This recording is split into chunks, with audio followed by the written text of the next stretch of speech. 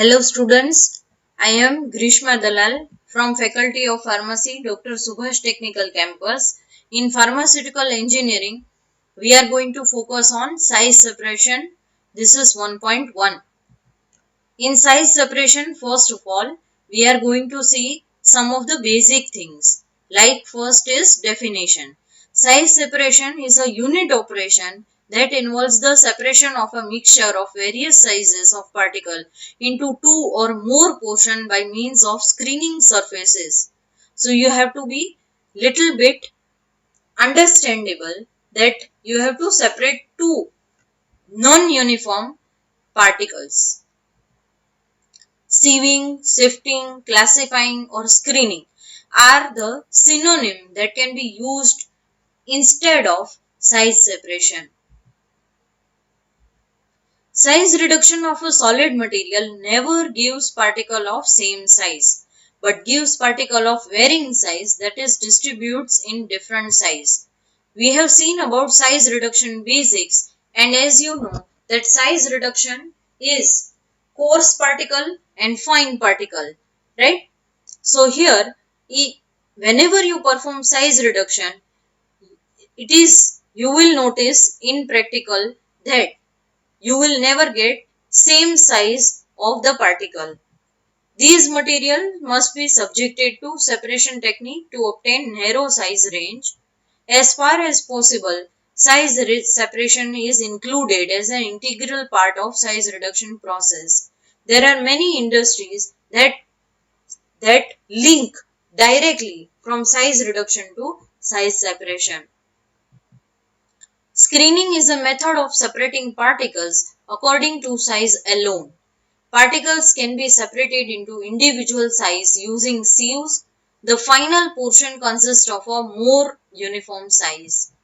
The material that remains on the given screening surface is known as oversize or the plus material. The material passing through the screening surface is known as undersize or minus material. Please remember these two definitions, which will be really helpful in your practical and also in GPAT and other competitive exams. I repeat, the material that remains on given screening surface, or you can consider sieve, is known as oversize or plus material. The material passing through screening surface or sieve is known as undersize or minus material.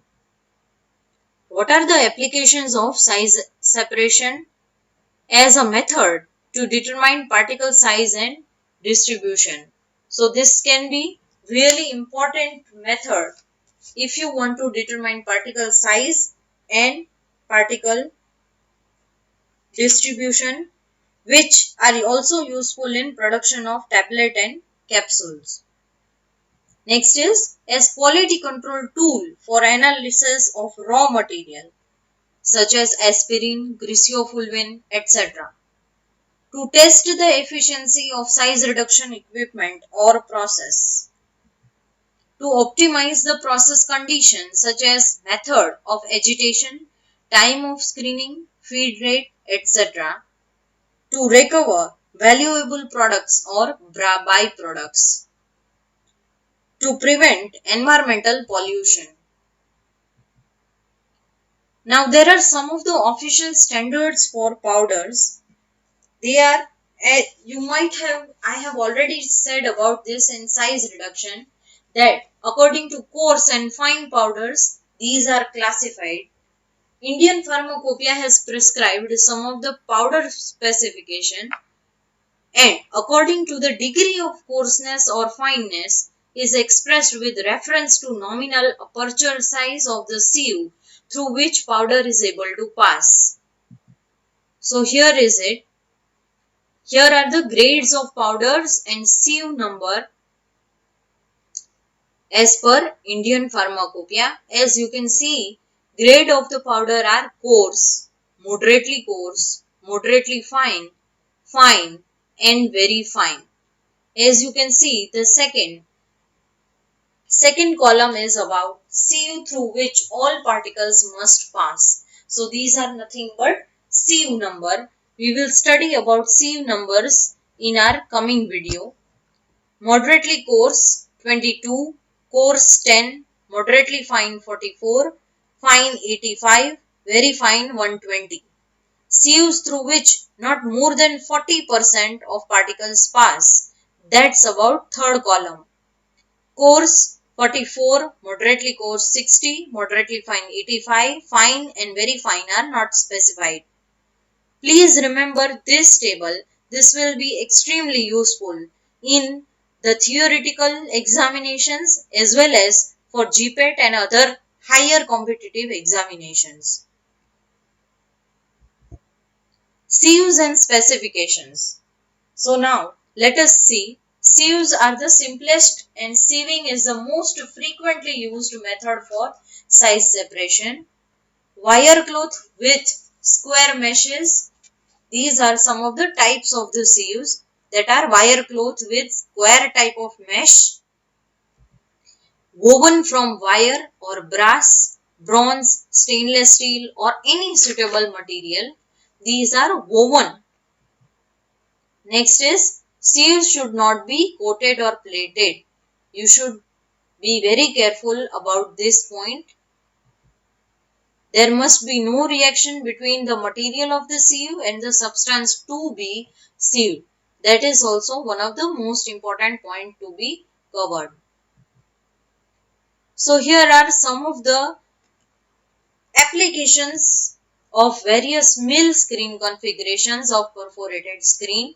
Here perforation shapes are given like round holes, herringbone screen slots, cross slots, recommended use and comments like as we go first is round hole which are used for fibrous material screening. In comments as you can see, round holes generally clogs more quickly. Lower hole size is limited because of its structural strength. Second is herringbone screen or slots, and it is used for screening of amorphous and crystalline material. It is slightly coarse powder than equal diameter round perforations. Perforation shape cross slot, that is the third one, and amorphous material and slurries with coarse particle can be used in cross slot. Same grind size as of equal size round perforation, finer slot size attainable than round perforations.